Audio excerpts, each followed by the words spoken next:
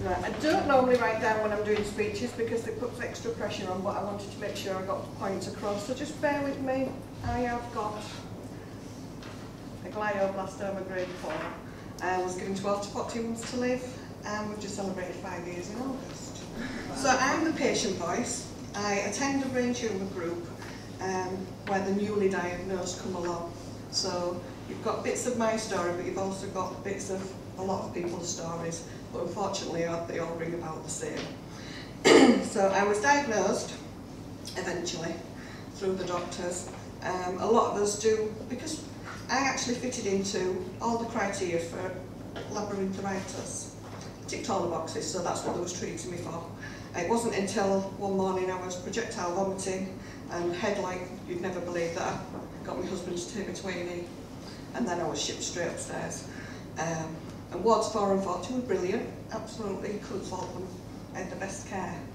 But the journey before that, going to the doctors, having house visits, telling them I needed to have scans, a neurology test, the doctor took up my cheeks and said, "Can you feel that?" I nearly said, "Can you feel that?" I was losing my speech.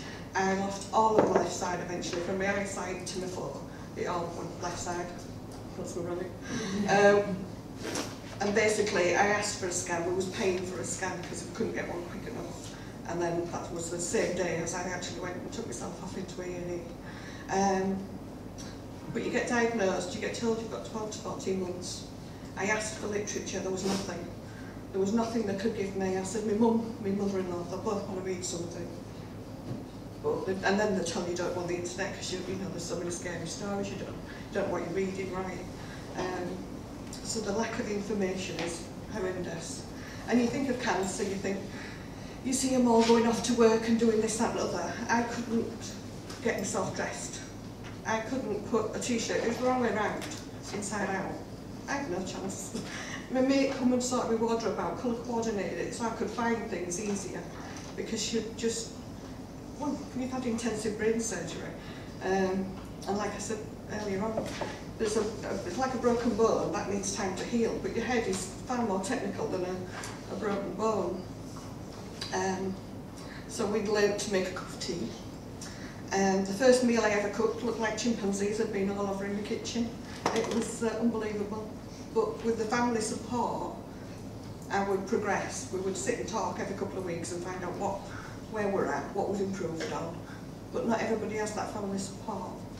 So we need direction of where we can go. It's the lack of information and not knowing what's normal. I've just been to see a guy this week, I used to work with him, he got in touch. And he's wanting to be out blowing his lawn, cutting his grass, basically. But he had his op in August, but he's wanting to be back to normal, which we don't find that for a long while, you know. And it's all these things what people don't know, don't see, because I look normal.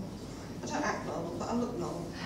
And it's scary, it's lonely, it's a dark place. So for me, the importance of me being here is trying to change that story for so many people, because I'm still hearing the same story as what I had 5 years ago. You know, I know it takes a long time for things to change, but it does need to change. You know, right? I don't like this pit, but we're going to go for it. What worked well for me was, like I said, 4 and 40, brilliant. Queen Centre, my contrition, the Queen Centre, fantastic.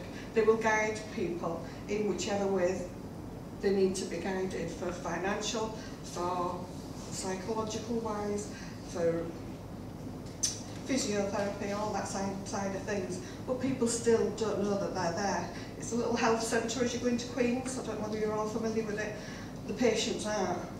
You know, I'm still finding people who don't know it's there, and that is essentially another part of help. And help is what everybody needs. And now we've got the brain tumour group that's up and running. I attend that every month. It's what I needed 5 years ago, but I can help and assist in all the newly diagnosed.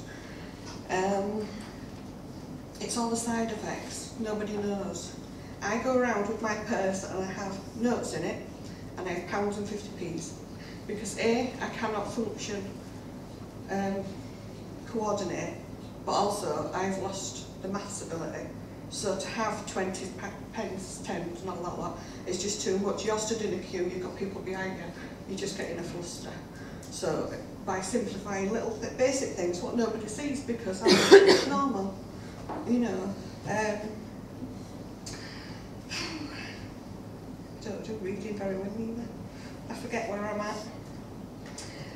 The thing a lot of people want to know is what is normal. We have to find a new me, because the old me is different. It's, you know, not all gone, but a lot of it is. The old me, I was active, I had a great social life, I was into fitness, something rotten. I was due to do a half marathon in the October as I got diagnosed in the August. I actually had to go watch in my wheelchair and watch my son do it instead. These are early, I don't normally cry until the end. Right, so the old me, I had my own business, which we had to sell. Like I say, social life, I would go to all the pop concerts. I do still go to pop concerts. It nearly absolutely kills me, but I'm determined, and I have a friend on each arm, and we get there, and we can still do stuff. But if you haven't got that support, you know, and some of the carers don't have the support, you know. I mean, mine's my mum, she don't want help, because it's her job, as she puts it. But a lot of people don't have the support, don't have the facility to get to some of the people who can help them. My memory, we do laugh. My secret hiding place, which is really safe, it must be full to busting. I know we all have one, but when you've got a brain tumour, your memory loss. I could do an 80s pop quiz like that. I can't remember what you told me this morning. I don't know how many times I've checked to see what time my taxi was coming this morning, because I can't remember. The energy, I did say before my treatment I would accept energy loss and hair loss, and I'm not having nothing else. And they used to give me this long list, and I said, no, I ain't having it. I'm not, you know, I said, what would I have? And that's all I did have, was the energy loss and the hair loss. But, oh, the energy loss is a killer, because my head wants to do far more than what my body will do. They've put me on first, because I'm great first thing in the morning, and slowly deteriorate. But we work around it. I do my tea first thing in the morning, so he can come in and more or less it's done, you know. And if I'm doing something like this, I'll be knocked out until next week, but I've done it, and I've allocated the rest days in as well. My words, getting stuff out, 2 words in a row, sometimes, like yesterday, was a bonus. Other times you can't shut me up. I'm back driving now, after 4 years, which is good. Again, I do it around my energy levels, but I'm in the middle of a village, in between 2 towns with no shop. So I did have myself an electric trike, because I couldn't stabilise on 2 wheels. I said, right, I'll have 3, and got myself about that way. But it's basically, the main things what I want to come out of this is information. Information, information. We need it. You know, because so many people are so lost. And it's just horrifying. It's horrific to hear, isn't it, at the Green Groups?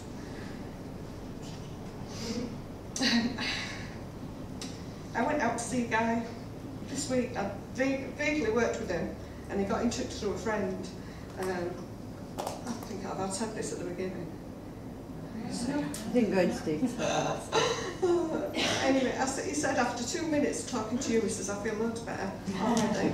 You know, because it's somebody who understands, somebody on where they are, I've been, and to see me, my normal now, you know, it meant so much to him and his wife, because they're going through hell. They're sat torturing every day, you know, because he didn't think he was well enough. He should be better by now, because he'd had his operation, you know. But anyway, am I about to? Have I forgotten anything? Yeah. Yeah. So it's the doctor bit, because like I say, they only get, I'm sure it's only about one maybe every lifetime of their career. You know, so it's not important enough in their grand scheme of things, but it's important when you study it. And like I said, I've ticked the boxes, so he wasn't really misdiagnosing me, he just wasn't listening properly. I mean, I actually said to him, I feel like I've got different sizes, you know, but what do you take to that? You know, I said, I aren't me, there's something But again, what does a doctor say to that? But when I was asking for a neurology test and a scan and all that lot, it was the queue, the waiting. And I've actually found out I wouldn't have been here if I hadn't gone into A&E at the time I did. I didn't want to know what my tumour was called, I don't know the size of it, I wasn't interested. Because in my eyes it wasn't there, I wasn't having it. So, but not everybody has that positive attitude. You know, and to be told you've got 12, 14 months, some people actually take note of that. I'd said knickers right from the start, not a chance. You know, I've got my grandbabies now. You know, I didn't have at the time, but I knew I had a lot to fight for. But some people don't have that fight. They don't have that energy. You know, you've got to direct to what you can. Thank you.